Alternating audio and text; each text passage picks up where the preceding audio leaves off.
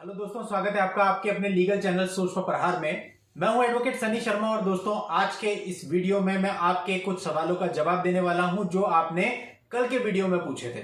अब दोस्तों कल के वीडियो में एक मोटिवेशनल वीडियो था जैसा आप सब जानते हैं और मैंने आपको कुछ चीजें बताई, तो कई लोगों के उस पर कमेंट्स थे कि सर ये तो बताओ कि वो जो काउंटर केसेज होंगे वो कौन कौन से होंगे। दोस्तों मैंने जानबूझकर ही उनके बारे में आपको नहीं बताया था क्योंकि ये हर एक मामले पर डिपेंड करता है, हर एक मामला अलग अलग होता है, तो आप कॉमन नहीं कह सकते कि कौन से मामले में कौन कौन से सेक्शन में केस बनेगा। ये आपके सारे पेपर्स को देख के, जैसे कि मान लेते हैं फॉर एग्जांपल आपके ऊपर 498A किया गया है, 125DB किया गया है, आपने कोई कंप्लेंट्स दी हैं, कोई लीगल नोटिस आपके बीच में एक्सचेंज हुए हैं, तो इन सब की डीप स्टडी करने के बाद यह तय हो सकता है कि काउंटर केस आपके कौन कौन सी धाराओं में बन सकते हैं ताकि वो आगे चले भी और आपको रिलीफ भी दे, कोर्ट में एक्सेप्ट भी हो, सारी चीजें देखनी पड़ती हैं, तो इसीलिए कॉमन नहीं होता। लेकिन फिर भी आप लोगों के जो अधिकतर कमेंट्स थे वो इसी बारे में थे, इसलिए मैं ये वीडियो लेकर के आया हूं और मैं आपको एक जनरल रेफरेंस में आज बताऊंगा कि आप कौन कौन से काउंटर केस अपनी वाइफ पर और उसके घर वालों पर दायर कर सकते हैं। दोस्तों इस वीडियो को थोड़ा देखना, अधूरा देखना या आधा देखना आप लोगों के लिए परेशानी का सबब बन सकता है, क्योंकि जो मैं बता रहा हूं पहले वीडियो के आखिर तक हर एक बात को अच्छे से समझ लेना, उसके बाद आपने इन चीजों को इंप्लीमेंट करना है। अब दोस्तों कल के वीडियो में फंस भी गया, एक्चुअली मैंने वहां पे पूछ लिया था कि आप लोग गेस कीजिए मेरी एज क्या है। अब क्या है कि कुछ हेटर्स भी थे, यानी कि उस वीडियो को कुछ ऐसे लोग भी देख रहे थे जिन्हें वो वीडियो पसंद नहीं आया, या कुछ ऐसी महिलाएं भी थी जो कि आकर के उल्टे सीधे कमेंट्स कर देती है इस वीडियोस पर, क्योंकि उनको ये लगता है कि भाई ये वीडियोस महिलाओं के फेवर में नहीं है।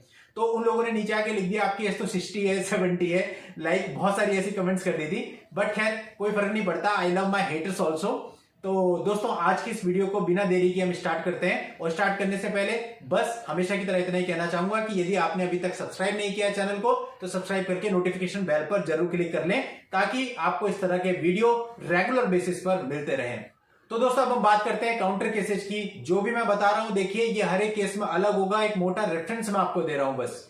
सबसे पहले दोस्तों देखिए, वाइफ आपके ऊपर 498A कराती है और वुमेन सेल में से आपको कॉल आता है कि भाई आपके खिलाफ ये उसने इल्जाम लगाया है कि आप दहेज भी मांगते हो, आप पीटते भी हो, और कई बार और भी भद्दे भद्दे इल्जाम आपके ऊपर लगा दिए जाते हैं। तो दोस्तों ऐसे केस में सबसे पहले तो आपको ये पता चल जाता है कि भाई वो आपके ऊपर क्या क्या इल्जाम लगा रही है, आपको एक आइडिया तो हो जाता है कि सामने वाले की इंटेंशन क्या है। फॉर एग्जाम्पल वो वुमेन सेल में लिख देती है कि आप उसके साथ अननेचुरल सेक्स करते हो लेकिन आप दोनों के बीच में ऐसा कभी नहीं हुआ, तो उसकी इंटेंशन क्लियर है कि वो आपको एक संगीन जुर्म धारा 377 में फंसाना चाहती है। तो वहां पर अगर आपके मन में कोई सॉफ्ट कॉर्नर होता है तो वो भी निकल जाता है कि जब सामने वाली इस हद तक एलिगेशन लगा रही है तो अब मुझे कुछ ना कुछ तो करना चाहिए। अब दोस्तों कल कुछ कॉल पे भी मेरी बात हुई, उस वीडियो को देखकर उन्होंने काउंटर केसेस से रिलेटेड मुझसे कॉल करी, तो दोस्तों वहां उन्हें भी मैंने यही कहा और आज के वीडियो में मैं आपको यही कहूंगा कि आप दूर बैठे हो और आप देख रहे हो कि कोई आपको मारने के लिए आ रहा है और आप बैठकर उसका इंतजार करते हो कि वो कब आपके पास पहुंचे और आपको मार दे, तो ये कोई समझदारी नहीं है। इसी तरह से बिल्कुल वुमेन सेल से जब आपको कॉल आता है तो आपको समझ जाना चाहिए आप पे मुकदमा दर्ज होने वाला है 498A, यानी कि 2 महीने 3 महीने का समय आपके पास है, उसके बाद आपके ऊपर 498A दर्ज हो जाना है। अब एक तरीका है कि आप बैठो और हर तारीखों पे जाओ, इंतजार करो कि कब 498 दर्ज होगा और कब मैं बेल लूंगा। और दूसरा तरीका यह है कि आपको जैसे ही वुमेन सेल से कॉल आती है आप समझ जाओ आपके ऊपर मुकदमा दर्ज होने वाला है और अपने बचाव के लिए आप उस जगह से उठ जाओ और देख रहे हो कि सामने वाला मारने आ रहा है, उसको रोक दो और अपनी प्रोटेक्शन लो। अब प्रोटेक्शन कैसे लेनी है? काउंटर केसेस के थ्रू। अब दोस्तों जो काउंटर केसेज होते हैं ये हमें किसी को नुकसान करने के लिए नहीं करने या किसी को फंसाने के उद्देश्य से नहीं करने। काउंटर केसेज करने का हमारा मकसद सिर्फ इतना होना चाहिए कि सामने वाले ने जो केसेज करे हैं वो इन काउंटर केसेज से डरकर, हैरेस होकर उन चीजों को हटा ले और आपका एक म्यूचुअल सेटलमेंट हो जाए। अभी स्टार्टिंग के टाइम पे कभी भी म्यूचुअल सेटलमेंट नहीं होगा क्योंकि जो डिमांड होती है वो बहुत ही ज्यादा होती है जो कि आप पूरा नहीं कर सकते, करने भी नहीं चाहिए। लेकिन काउंटर केसेस के बाद डिमांड्स भी ग्राउंड पे आ जाती है और सामने वाली पार्टी भी ग्राउंड पे आ जाती है, उन्हें पता चल जाता है हकीकत क्या होती है। देखिए महिलाएं भी ऐसा नहीं है कि कोर्ट कचहरी में जाना चाहती हैं, लेकिन उनको चूंकि पता है कि मुझे वहां से पैसे मिलेंगे और उनके लिए चीजें आसान हो जाएंगी, इसलिए वो वहां पर जाती हैं। लेकिन जब आप अपनी तरफ से काउंटर केसेस करते हो तो वो स्टक हो जाती हैं, फंस जाती हैं। तो दोस्तों सबसे पहले तो आपको आपके घर की लेडीज की तरफ से डोमेस्टिक वायलेंस का केस जरूर कराना चाहिए, क्योंकि डोमेस्टिक वायलेंस का जो राइट है वो हर एक लेडीज को, ऐसा नहीं है कि केवल बहू को ही है। यदि बहू अपने वाद में झूठ लिखाती है कि सास ने उसको मारा या सास पर और भद्दे एलिगेशन लगाए हैं, तो सास भी अपनी तरफ से डीवी की कंप्लेंट बहू के खिलाफ दायर कर सकती है और जरूर करनी चाहिए। इसी तरह से कई बार भाभियों पर इल्जाम लगा दिए जाते हैं और हस्बैंड की बहनों पर इल्जाम लगा दिए जाते हैं, तो वो जो सिस्टर्स हैं या उनकी भाभी वगैरह हैं वो भी सब अपनी अपनी तरफ से एक एक डीवी का केस जरूर करें। अब मान लेते 3 बहनें और एक भाभी हैं तो 4 डीवी के केस उसके सिर पे पड़ जाएंगे। अब 4 केस में जब वो आएगी और चारों केस के अंदर उसे एडवोकेट करना पड़ेगा, चारों केस में उसे फीस देनी पड़ेगी, तो आप सोचिए हालत क्या होगी। इसके साथ साथ आपको ध्यान रखने की बात यह है कि आपका ऐसा नहीं है कि कुछ भी आपने उल्टा सीधा डीवी केस बनाया और डाल दिया और वो चल जाएगा। आप अगर ऐसा सोचते हैं तो आप बहुत बड़ी गलतफहमी में हैं। जो डीवी केस आप डालोगे वो बहुत ही सिस्टमैटिकली और टेक्निकली बनेगा, तब जाकर के वो कोर्ट में स्टैंड होगा और उससे आपको कोई रिलीफ मिलेगा। अगर आपने एक नॉर्मल पिटीशन की तरह बना करके डाल दिया तो वो नहीं चलेगा, बिकॉज आप काउंटर में जा रहे हो। काउंटर में जा रहे हो तो आपको बहुत सारी चीजों का ध्यान रखना पड़ेगा। आपको एक एक शब्द सोच विचार करके उसमें लिखना पड़ेगा। यदि कुछ भी गलत हुआ तो वो आपके अगेंस्ट चला जाएगा और आप खुद अपने जाल में न फंस जाओ, ये ध्यान रखिएगा। इसलिए प्रोफेशनल हैंड पर ही ये तैयार होना चाहिए, जहां पे आपको ट्रस्ट हो। जिन भी वकील साहब आपके ऐसे हैं कोई जिन पे आप ट्रस्ट कर सकते हैं, उनसे आप इसको तैयार करवाइए। ऐसा नहीं है कि खुद से ही आपने एक स्टोरी लाइन लिख के दे दी। ये काउंटर केसेस नहीं होते।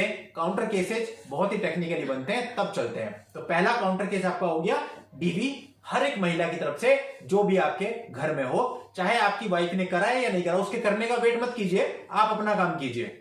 अब दोस्तों दूसरे केस पे आ जाते हैं। ये होते हैं क्रिमिनल केस। कम से कम 2 क्रिमिनल केस जरूर अपनी वाइफ पर दर्ज कराइए।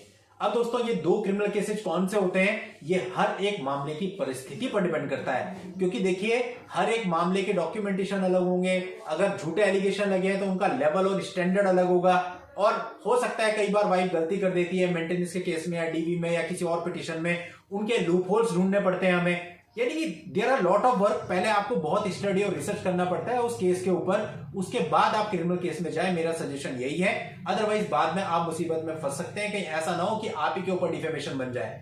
इसलिए दोस्तों मैं नहीं बताना चाह रहा था कि कौन से केसेज होते हैं। जब भी मुझे कोई काउंटर केसेज के लिए कहता है तो मैंने उनसे यही कहा है कि पहले आप अपने कागज भेजिए, कागज को स्टडी करते हैं 5-7 दिन, फिर उसके बाद हम डिस्कस करते हैं कि कैसे और कौन से काउंटर केस बनने हैं। तो इसीलिए क्रिमिनल केसेस 2 बन सकते हैं, लेकिन कौन से सेक्शन में, ये आपके कागजों पर डिपेंड करता है। मोटे मोटे सेक्शंस में आपको बता देता हूं। 323 हो सकता है मारपिटाई का, इसके अलावा ट्रेसपासिंग के सेक्शन हो सकते हैं, एक्सटॉर्शन के सेक्शन हो सकते हैं 383, 384, 389 एक्सेट्रा। इसके अलावा गाली गलौज अपशब्द के सेक्शन हो सकते हैं 504, 506 धमकी देना, ये सारी चीजें हो सकती हैं। 34 लगाई जा सकती है कि 2 या 2 से ज्यादा लोगों ने एक सामान्य आशय लेकर के कार्य किया है। और भी बहुत सारे सेक्शंस हैं। आप 10 मुकदमे भी बना सकते हो, लेकिन आपके कागजों पर डिपेंड करता है। 5 तो कम है। अब ये आपकी फाइनेंशियल कैपेसिटी भी होती है कि आप कितने मुकदमे में जा रहे हो। तो इसलिए मैं ये लेके चलता हूं कि क्रिमिनल मुकदमे 2 कम से कम आप दायर कर दें। 498A का अगर आपको पता चला है वोमेन सेल में उसने उल्टी सीधी अनर्गल कंप्लेंट आपके खिलाफ करी है, उसमें उल्टे सीधे फॉल्स एलिगेशन है, तो आप तुरंत 2 ये क्रिमिनल मामले बनवा करके डलवा दीजिए। अब दोस्तों एक तो हो गया डीवी वाला, यानी डीवी के अगर आपके यहाँ 4 लेडीज हैं तो 4 केस तो वो हो गए, 2 मामले आपके क्रिमिनल के हो गए, 4 और 2 6, जो कि बड़े आराम से 2 क्रिमिनल केसेस निकल जाते हैं कागजों को देखते हुए। और इसके साथ साथ 4 आपके डीवी वाले केस हो गए, तो 6 केस तो आपके यही हो गए। अब आगे बढ़ते हैं दोस्तों। कुछ केसेस में क्या होता है, वाइफ और वाइफ के जो घर वाले होते हैं वो हस्बैंड की बदनामी करते हैं। जैसे एक मामला आया था, उसके अंदर उन्होंने पर्चे छपवा के बंटवा दिए। कुछ मामलों में क्या होता है कि वो फेसबुक पे जो है उल्टा सीधा, या इंस्टा में जाकर के या कहीं और सोशल प्लेटफॉर्म पे जाकर के उल्टी सीधी कमेंट्स कर देते हैं या उल्टे सीधे फोटोग्राफ डाल देते हैं, र्यूमर फैला देते हैं। उनके स्क्रीनशॉट लीजिए, डिफेमेशन में जाइए। अब दोस्तों डिफेमेशन की हम बात करते हैं तो यहाँ फिर फर्दर 2 काउंटर केसेस बनते हैं। पहला बनता है क्रिमिनल डिफेमेशन का अंडर सेक्शन 499 एंड 500, और दूसरा आपका बनता है सिविल सूट फॉर डैमेजेस। अब दोस्तों जो क्रिमिनल डिफेमेशन होती है इसमें पनिशमेंट होती है, और जो सिविल सूट फॉर डैमेजेस होता है उसके अंदर आप हर्जाना मांग सकते हो कि आपकी जो रेपुटेशन डैमेज हुई है इसके लिए आपको इतना हर्जाना चाहिए। तो दोनों ही केसेस में आप जा सकते हैं, लेकिन ध्यान रखने की बात यह है कि डिफेमेशन में तभी जाइएगा जब आपके पास पुख्ता सबूत हो। बिना सबूत के, बिना एविडेंस के डिफेमेशन वाला केस डालना बेकार है। इसीलिए मैंने आपसे कहा कि पहले कागज की स्टडी होती है, उस कागजों में से हो सकता है कुछ चीज ऐसी निकल के आ जाए जिसके आधार पर डिफेमेशन भी बन रहा हो आपका, तो उसके बेस पे फिर डिफेमेशन भी फाइल किया जा सकता है। तो जो भी लीगल प्रोफेशनल होगा वो उसको ढूंढेगा, उन चीजों को निकालेगा आपके लिए कि उसमें वो बन सकता है या नहीं बन सकता। अगर बन सकता है तो एक डिफेमेशन का केस भी हो गया, और अगर आप दोनों चाहते हैं तो सूट फॉर डैमेजेस भी हो गया। क्योंकि अगर आप क्रिमिनल डिफेमेशन में जाते हैं तो उन्हीं सबूतों के आधार पर आप सूट फॉर डैमेजेस में भी जा सकते हैं। तो दोस्तों अब हमारे पास 3-4 तो डीवी के केस हो गए, 2 क्रिमिनल के केस हो गए और 2 केस हो गए डिफेमेशन के। और यदि डिफेमेशन में आपके पास सबूत नहीं है तो फिर वेट कीजिए जब कोई मुकदमा आपके फेवर में आ जाए या कॉम्प्रोमाइज कर ले वाइफ कहीं पे, या फिर आपके परिवार के किसी सदस्य के नाम एफआईआर से हटा दिए जाए, तो उसके बेस पर उनकी तरफ से आप डिफेमेशन का केस फाइल कर सकते हैं। तो ये भी एक अच्छा काउंटर केस हो सकता है। और दोस्तों ऐसे मामलों में जहां पर वाइफ ने आपके ऊपर बहुत ही गलत इल्जाम लगा दिए हैं, यानी कि आपके ऊपर तो लगा दिए 377, आपके फादर पर लगवा दिए 354, और आपका अगर कोई भाई है उस पर लगवा दिया 376 या फिर अटेम्प्ट टू रेप, तो दोस्तों ऐसे मामले में ऐसी लेडीज के साथ अगर उसने ये झूठे एलिगेशन लगाए हैं, ऐसे केस में तो आपको 307 का मुकदमा दर्ज करना चाहिए। कम से कम आपको भी ये कहना चाहिए कि भाई इन्होंने मुझे जान से मारने की कोशिश की, और बहुत सारे केसेस में ऐसा होता भी है। हस्बैंड के साथ हमने तो देखा बहुत मारपिटाई हो जाती है, तब भी उसकी एफआईआर दर्ज नहीं होती। तो ऐसे केस में आपको संगीन धाराओं में मुकदमे दर्ज करने चाहिए अगर आपके ऊपर इस तरह के गलत इल्जाम लगाए हैं, क्योंकि जहर की काट जहर ही होता है। अब एक आदमी तो आपके ऊपर इल्जाम लगा रहा है 376, 354 जैसा, और आप जा रहे हो 504, 506 जैसी धाराओं में, तो आपको क्या रिलीफ मिलेगा? तो जाहिर सी बात है अगर आपके साथ ऐसी कोई घटना हुई है कभी भी वैवाहिक जीवन में कि आपके साथ मारपिटाई की गई है, आपको मारने का प्रयास किया गया है, तो आप 307 में मुकदमा दर्ज करवाइए। अब दोस्तों दूसरे इसके पहलू पर आ जाते हैं। यहां तक तो मैंने आपको बताया कौन कौन से काउंटर केसेस आप बना सकते हो, और ये पूरी तरह से आपके पेपर्स पर निर्भर करता है कि बनेंगे या नहीं बनेंगे, या इनके अलावा बहुत सारे और सेक्शंस भी होते हैं, हो सकता है ये ना लग करके आपके कागजों के बेस पर वो सेक्शन उसमें लगे। अब इसके बाद आते हैं दोस्तों, यदि आप अपनी तरफ से कोई भी कंप्लेंट लेकर के पुलिस में जाते हैं, तो हस्बैंड के पक्ष की कंप्लेंट पुलिस वाले कभी दर्ज नहीं करते। आप में से बहुत सारे लोग भुक्तभोगी होंगे, आपको कई बार सोर्सेज लगवानी पड़ती है, कई बार कुछ करना पड़ता है, तब भी आपकी कंप्लेंट दर्ज नहीं हो पाती, आपकी एफआईआर दर्ज नहीं हो पाती। अगर हो जाती है तो वेल एंड गुड, फिर तो आपका काम बन गया, आपको कुछ करना ही नहीं है, फिर तो पुलिस ने दर्ज कर दिया एफआईआर। लेकिन अगर नहीं होती है तो आप कोर्ट में जाके 156(3) में जाकर के एफआईआर दर्ज करवाइए और उसके बाद मुकदमा कायम करवाइए। लेकिन अगर वो भी नहीं होता है, क्योंकि देखिए 156(3) में भी रिलीफ कम ही मिलता है, तो ऐसे केस में आप अपनी तरफ से कंप्लेंट केस फाइल कर दीजिए और उसके अंदर लड़की के परिवार के सारे लोगों को इन्वॉल्व कर दीजिए। अब स्टार्ट होगी भागम भाग, क्योंकि दोस्तों देखिए स्टार्टिंग से आपने मान लेते हैं लड़की के परिवार में 5 लोग हैं, लड़की है, लड़की के फादर हैं, लड़की की मदर है, उसका एक बहन है, उसके एक भाई है, 5 लोग हैं। अब आपने डीवी वाला जो केस डाला वो तो देखिए आप लड़की पे डालेंगे, लड़की पे डाल दीजिए, और अगर लड़की के परिवार वाले आपके साथ रहे हैं आकर कभी, तो आप उनको भी इन्वॉल्व कर सकते हैं। जो क्रिमिनल केस लेकिन आप डालेंगे उसके अंदर किसी को मत छोड़िए, यानी पहले क्रिमिनल केस में भी आप 5 का नाम डालिए, दूसरे क्रिमिनल केस में भी आप 5 का नाम डालिए। तो यानी कि हर एक केस के अंदर वो 5 के 5 लोग चक्कर काटेंगे, और इसके साथ साथ एक एलिमेंट और इन्वॉल्व करना पड़ता है। होता क्या है, कई बार लड़की रहती है आपकी देहरादून मान लेते हैं, और लड़का रहता है जयपुर। अब लड़के ने जयपुर में केस डाले, लड़की चली गई सुप्रीम कोर्ट, और उसने सुप्रीम कोर्ट से उस पिटीशन को ट्रांसफर करवा लिया अपने स्टेट में। अब ट्रांसफर हो जाएगा तो भाई आपका क्या फायदा, आप अपने मुकदमे के लिए इतना दूर भागोगे? तो यानी आपकी जो रेमेडी है, आपका जो रिलीफ है वो खत्म हो गया, उल्टा वो केस आपके लिए हैरेसमेंट बन गया। तो इसलिए जो भी इस मामले को बनाता है, जो भी एडवोकेट इसे बनाएगा, उसे इस बात का भी ध्यान में रखना पड़ेगा कि ये केस ट्रांसफर ना हो, ऐसा भी कोई एलिमेंट उसके अंदर डालना पड़ेगा। तो इसीलिए मैं ये कहता हूं कि काउंटर केसेस सबके लिए सेम नहीं होते, बनाना इतना आसान नहीं होता। अगर आप उल्टा सीधा काउंटर केस बनवा के डला दोगे तो वो उल्टा आपके गले पड़ जाता है। इसलिए ये जो काउंटर केसेज होता है हमारे हैंड पे जब हम बनाते हैं तो हम कम से कम 15 से 20 दिन का समय लेते हैं। उसका रीजन यही है, ये फैक्टर्स तो कुछ हैं जो मैंने आपको बताए, ऐसे अनेकों फैक्टर्स हैं जब काम करने बैठते हैं ग्राउंड पर। तो दोस्तों ये मैंने आज आपको काउंटर केसेस के बारे में भरपूर जानकारी दे दी, और इसके अलावा भी बहुत सारे काउंटर केसेज हैं जो बन सकते हैं आपके कागजों के बेस पर।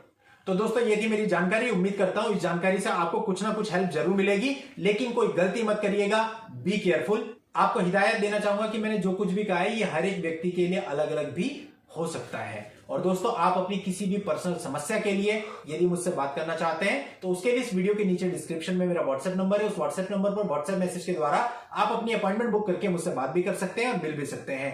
नेक्स्ट वीडियो में नई लीगल जानकारी के साथ मैं आपसे फिर मिलता हूं, तब तक के लिए good bye and thank you for watching, take care.